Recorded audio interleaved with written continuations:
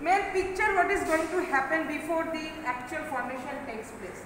Now, in case of male, that is XY male, in the Y stratum of the male Y chromosome at the P11 position, there is a sex determining region on Y chromosome. The sex determining region Y chromosome will secrete a factor which is called the testis determining factor, transcription factor. Okay, so that will modulate this activator SOX9 position, and that will form this teratogenic factor 1, and the other genes are also influenced by this modulator, which is initiated by the sex determining region, that is testis determining factor, transcription factor. This is transcriptor modulator. Okay, so that will convert this indifferent gonad to become testis. Now the testis in case of male will secrete two things. One is called the Mullerian inhibiting hormone. From here it is the Sertoli cells. Where from Sertoli cells develops? It is from the, I told you, there is a primary sex cord cell, primitive sex cord cell that develop from the coelomic epithelium. They will give rise to this cell which is called the Sertoli cells. The Sertoli cell first do this, there are two ducts are there, mesonephric duct and paramesonephric duct. So they will first come to depress the paramesonephric duct so that the indifferent gonads become a male child, not a female child. Okay, so that is how ambiguity of sex should not be there. No female structures will be allowed to form when there is the influence of the Y chromosome, that the testis determining factor is there.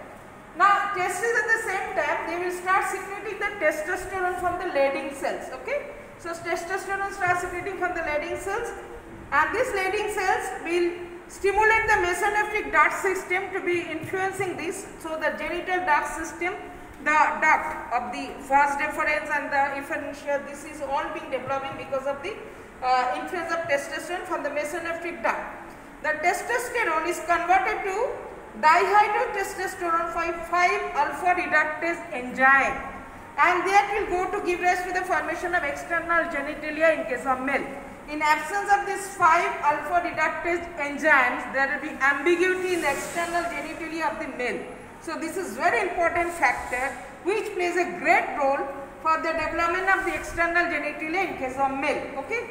Now in case of, this is a genetic influence on the development of the gonad I am talking about. In case of female, this is XX.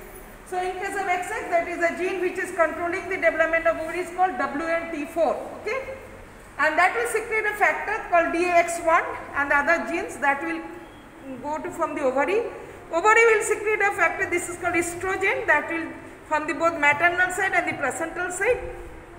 This estrogen will develop the paramesonephric duct formation which goes to form uterus, uterine tube and the upper one-third part of the vagina. That is being by the estrogenic effect. And at the same time, this is also going to develop the external genitalia in case of females. So this is under the influence of the estrogen. Now what happens these factors on the indifferent gonad? This is indifferent gonad.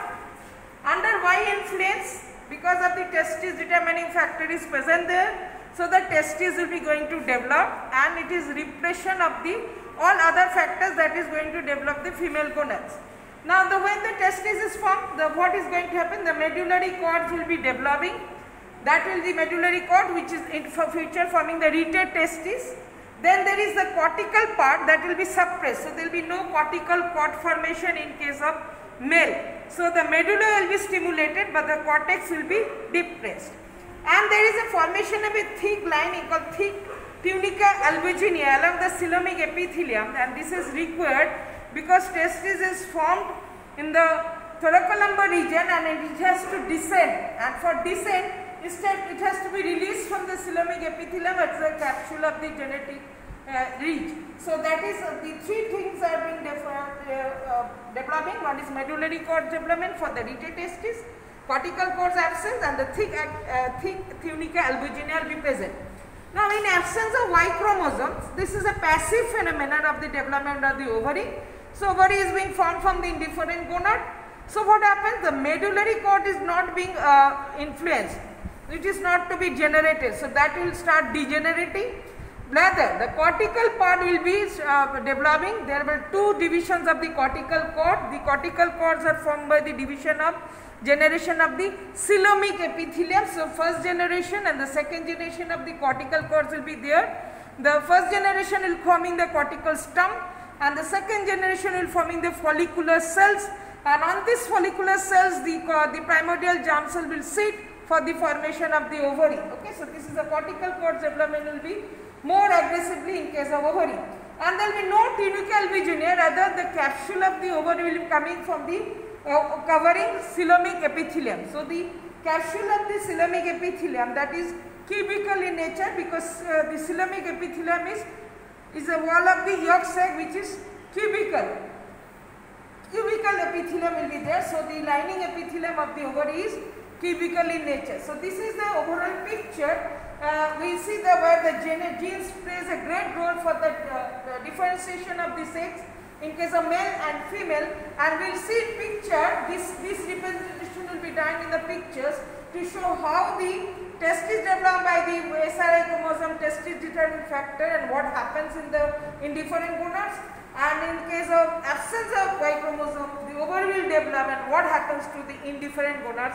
And this should be completed by 7th week, so the sex will be expressed in the 7th week. Though we know the sex is determined at the time of fertilization, but till 7th week it is called indifferent gonads. Under the influence of only Y chromosomes, testis determining factor will be secreted or released, and then only the testis development will be there. In absence of the Y chromosome, only then the ovary will be developed. Okay, so this is the overall genetic influence for the development of testis or ovary from the indifferent gonad. Okay.